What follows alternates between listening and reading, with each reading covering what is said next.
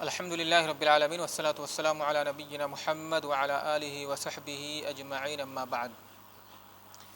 عزیز طلباء، کل جو حدیث ہم لوگوں نے پڑھی ہے یعنی باب حد الزنا کے تحت یعنی آخری حدیث پڑھ رہے تھے، اس کے تعلق سے ایک بات رہ گئی تھی کہ یہ قرآن کریم کی جو آیت ہے فَإِذَا أُحْصِنَّ فَإِنْ أَتَيْنَ بِفَاحِشَةٍ فَعَلَيْهِنَّ نِصْفُ مَا عَلَى الْمُحْصَنَاتِ مِنَ الْعَذَابِ۔ میں نے کل بتایا تھا کہ اگر غلام اور لونڈی ہے اور ان سے زنا سرزد ہو جائے تو چاہے شادی شدہ ہو یا غیر شادی شدہ ہو، ان کا حد کیا ہے؟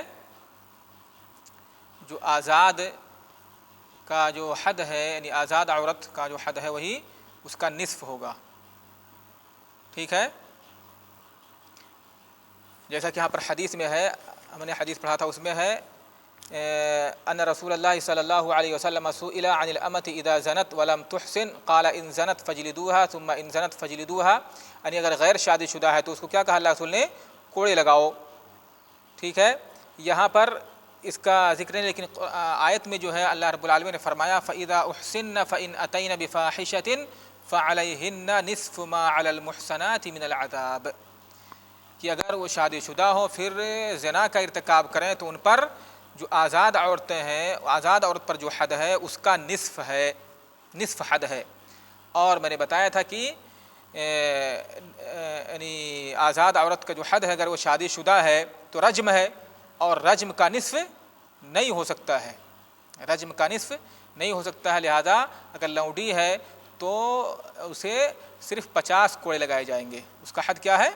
50 کوڑے۔ اب یہاں پر ایک سوال یہ ہے کہ جب لونڈی کے 50 کوڑے ہیں تو اللہ کے رسول چاہے شادی شدہ ہو یا غیر شادی شدہ ہو، تو اللہ رب العالمین نے قرآن کی اس آیت میں یہ کیوں کہا اگر وہ شادی شدہ ہے تو فَإِذَا أُحْصِنَّ، یعنی محسنہ ہے یا شادی شدہ ہو، فَإِذَا لونڈی جو ہے اس کے بعد اگر زنا کا شادی شدہ ہو، شادی کے بعد زنا کا ارتکاب کریں تو پھر ان پر آزاد عورتوں کا نصف حد ہے۔ یہ قید کیوں اللہ رب العالمین نے لگائی آیت میں فَإِذَا أُحْصِنَّ فَإِنْ أَتَيْنَ بِفَاحِشَةٍ؟ سیدھا اللہ رب العالمین کو کہنا چاہیے کہ یعنی فَإِنْ أَتَيْنَ بِفَاحِشَةٍ فَعَلَيْهِنَّ نِصْفُ مَا عَلَى الْمُحْصَنَاتِ مِنَ الْعَذَابِ، یعنی اگر لونڈیاں زنا کا ارتکاب کریں تو ان پر محصنات کا آزاد عورتوں کا کیا ہے؟ نصف حد ہے۔ اب چاہے وہ شادی شدہ ہو یا غیر شادی شدہ ہو، اللہ رب العالمین نے یہ قید کی وہ شادی شدہ ہو اور اگر زنا کا ارتکاب کر لے تو اس پر نصف حد ہے، یہ قید کیوں لگائی؟ ٹھیک ہے؟ تو علماء نے ہاں مشائخ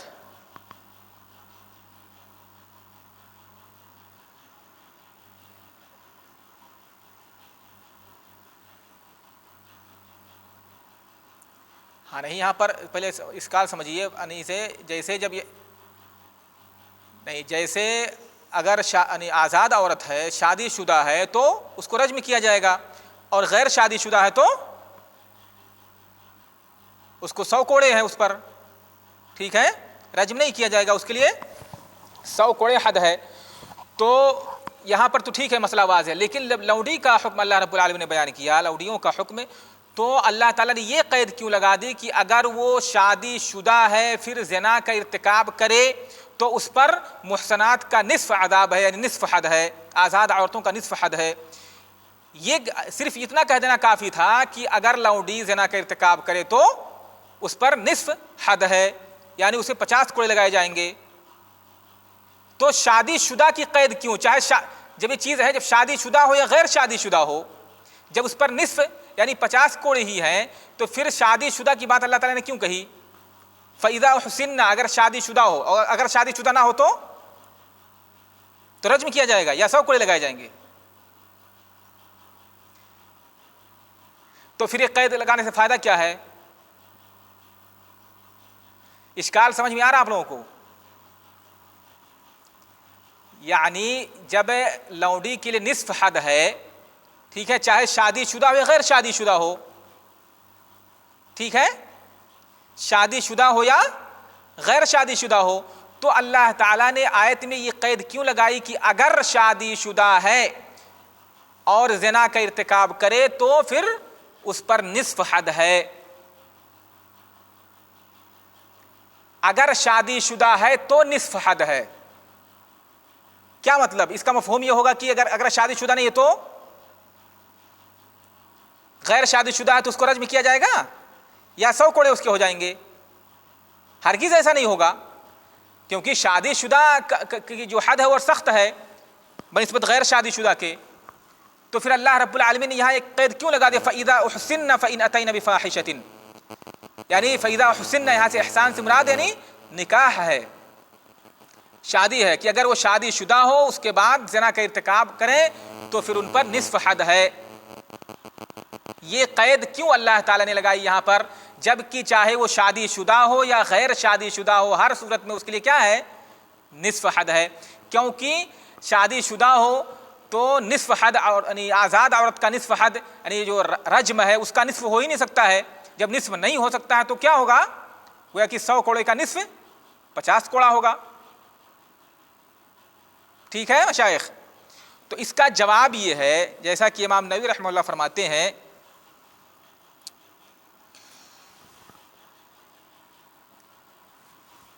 کہ اللہ رب العالمین نے یہاں پر یہ احسان کی قید لگا کر کے کہ اگر لونڈی شادی شدہ ہو اس کے بعد زنا کا ارتکاب کرے تو اس کے لیے نصف حد ہے، یہ قید لگا کر کے اللہ رب العالمین نے اس بات پر متنبہ کیا ہے کہ لونڈی گرچہ شادی شدہ ہے ہر اس پر کیا ہے؟ نصف، آزاد عورت کا نصف حد ہے گرچہ شادی شدہ ہو.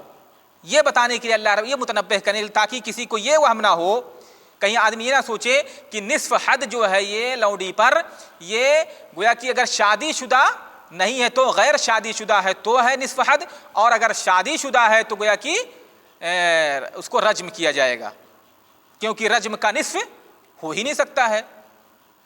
ٹھیک ہے مشائخ؟ رجم کا نصف ہو ہی نہیں سکتا ہے، لہذا اگر لونڈی شادی شدہ ہے تو اس کو رجم کیا جائے گا، اور اگر غیر شادی شدہ ہے تو اس کے لیے نصف حد ہے.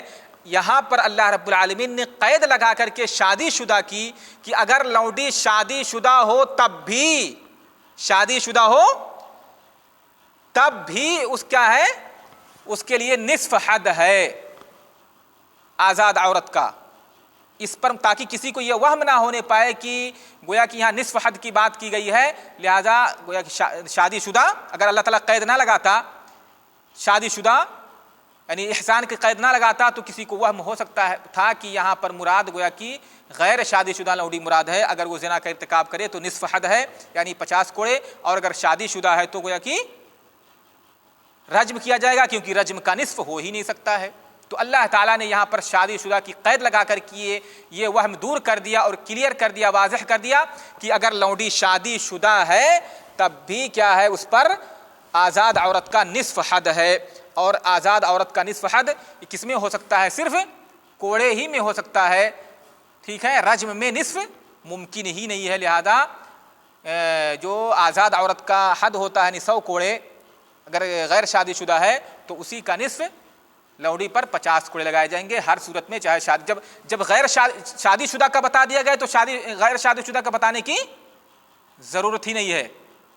ٹھیک ہے مشائخ؟ لیکن یہاں پر اللہ رب العالمین نے قرآن مجید کی آیت میں شادی شدہ عورت لونڈی کا حکم بتایا ہے، اور غیر شادی شدہ لونڈی کا حکم کہاں سے ملا ہمیں؟ حدیث سے. حدیث میں ہے نا، سئل عن الامۃ اذا زنت ولم تحسن قال ان زنت فجلدوها ثم ان زنت فجلدوها. ٹھیک ہے مشائخ؟ واضح اشکال کی نہیں؟ اب آگے بڑھتے ہیں. اس کے بعد اگلا باب ہے باب حد الخمر، شراب پینے کے حد کا بیان، یعنی شراب اگر کوئی شخص پیتا ہے تو اس میں کیا حد ہے اس کا بیان. الخمر، خمر یہ یعنی مؤنث استعمال ہوتا ہے. الخمر جو لفظ ہے یہاں پر الخمر، اس کو مؤنث استعمال کیا جاتا ہے، اور بعض لوگ کہتے ہیں کہ مذکر بھی اس کو یعنی مستعمل ہے مذکر بھی، اور مؤنث کے لیے خمرہ بولا جاتا ہے. لیکن فصیح جو ہے کہ خمر یہ اس کا استعمال مؤنث ہی ہوتا ہے. اب یہاں پر خمر کو خمر کیوں کہا جاتا ہے؟ خمر یعنی وہ چیز جس کو انگور وغیرہ سے یا کسی بھی چیز سے بنایا جاتا ہے، خاص طور سے انگور سے خمر کو تیار کیا جاتا ہے تو اس میں نشہ ہوتا ہے. اور خمر کو خمر کیوں کہا گیا، یعنی جو چیز بنائی جاتی ہے جس میں کہ نشہ ہوتا ہے اس کو خمر کیوں کہا جاتا ہے؟ کہا جاتا ہے سمیت بذالک لانھا تخامر العقل ای تخالطہ وتغطیہ. خمر کو خمر اس لیے کہا جاتا ہے کیونکہ یہ عقل کو ڈھانپ لیتی ہے. ٹھیک ہے، عقل کے ساتھ مل کر کے اس کو عقل کو ڈھک دیتی ہے. اور ایک دوسری وجہ بھی بیان کیا گیا ہے کہ لانھا ہی تخمر مجہول پڑھا گیا، یعنی چونکہ جب شراب کو تیار کیا جاتا ہے خمر کو تو اس کو ڈھک دیا جاتا ہے اس یہاں تک کہ اس میں جوش پیدا ہو جاتا ہے اور پھر اس میں سکر یعنی نشہ پیدا ہو جاتا ہے. تو چونکہ خمر کے معنی ہوتا ہے ڈھانپنا، خامرہ یخامر، تخمیر کے معنی ہوتا ہے ڈھانپنا، اسی سے خمار ہے. خمار کسے کہتے ہیں؟ دوپٹہ کو، جس سے عورت اپنا سر ڈھکتی ہے. تو اس چیز کو جو انگور وغیرہ سے جو مشروب تیار کیا جاتا ہے اور اس میں سکر پیدا ہو جاتا ہے تو اس کو خمر کہا جاتا ہے. کیوں؟ کیونکہ یہ عقل کو ڈھانپ لیتی ہے. یا اس وجہ سے کیونکہ خمر کو اس کو شراب بنانے کے لیے جب اس کو تیار کیا جاتا ہے تو اس کو ڈھک دیا جاتا ہے تاکہ اس کے اندر جوش پیدا ہو جائے اور اس کے اندر سکر پیدا ہو جائے، اس لیے بھی اس کو خمر کہا جاتا ہے. واضح مشائخ معنی؟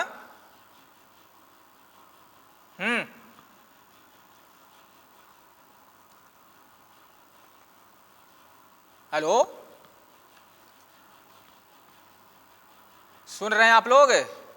لائن پر ہیں کہ نہیں؟ غائب ہیں سب لوگ؟ اچھا سن رہے ہیں. کتنے لوگ ہیں لائن پر؟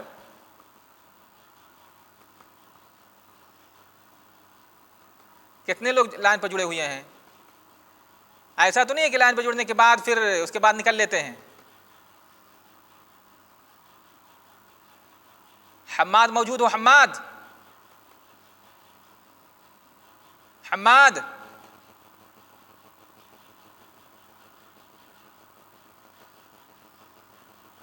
بولتے کیوں بھی حماد؟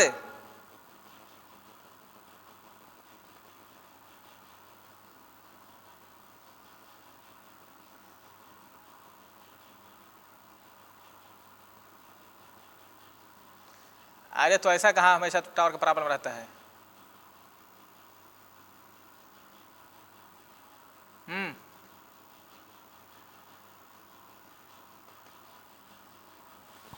تو یہ یہاں پر جو میں نے تعریف کی ہے یہ لغوی تعریف ہے، خمر کی یہ لغوی تعریف ہے. اب عرف میں یا شرعاً خمر کسے کہا جاتا ہے؟ خمر جو بولا جاتا ہے اس سے کون سا مشروب مراد ہوتا ہے؟ تو یہاں پر خمر کی جو تعریف کی ہے علماء نے، جمہور اہل علم کے نزدیک خمر ہر اس شے کو کہتے ہیں جس میں یعنی نشہ ہو، عقل کو جو ڈھانپ لے، چاہے وہ انگور سے اس کو بنایا گیا ہو، کھجور سے بنایا گیا ہو یا کسی اور چیز سے بنایا گیا ہو اس کو. ٹھیک ہے، ہر وہ مشروب یا پینے والی چیز یا کوئی بھی چیز ہو، چاہے کھانے والی چیز ہو یا پینے والی، عام طور سے پینے والی چیز ہوا کرتی ہے، تو جو عقل کو ڈھانپ لے، جس میں نشہ، جس سے نشہ پیدا ہو، چاہے اس کو انگور سے بنایا گیا ہو یا کسی بھی چیز سے بنایا گیا، اس کو کہتے ہیں خمر. لیکن احناف کے ہاں، بعض اہل علم کے نزدیک احناف وغیرہ کہتے ہیں کہ نہیں، خمر صرف جو انگور سے بنایا گیا ہو، جس کو صرف انگور سے بنایا گیا ہو، نچوڑا گیا ہو، اس کے مشروب کو جس میں نشہ پیدا ہو گیا ہو اس کو کیا کہیں گے؟ یعنی انگور وغیرہ سے بنایا گیا مشروب جو کہ عقل کو ڈھانپ لے، اس میں نشہ ہو، تو اس کو کیا کہیں گے؟ خمر کہا جاتا ہے. باقی کو خمر نہیں کہیں گے. ابھی اس بعد میں اس مسئلے پر گفتگو کریں گے انشاءاللہ. یہ تعریف میں فرق کیوں ہے، کیوں صرف انگور سے جو شراب تیار کی جائے اسی کو خمر کہیں گے اور باقی چیزوں سے جو شراب تیار کی جاتی ہے جس میں کہ نشہ ہوتا ہے، ٹھیک ہے، اور وہ عقل کو ڈھانپ لیتی ہے، وہ عقل کو زائل کر دیتی ہے، اس کو خمر کیوں نہیں کہتے؟ یہ جمہور نے سب کو خمر کیوں کہا ہے، اس کے دلائل جو ہے انشاءاللہ آگے بیان کریں گے. یہاں پر ابھی آگے حدیث پڑھیں گے، وہاں پر بتائیں گے انشاءاللہ.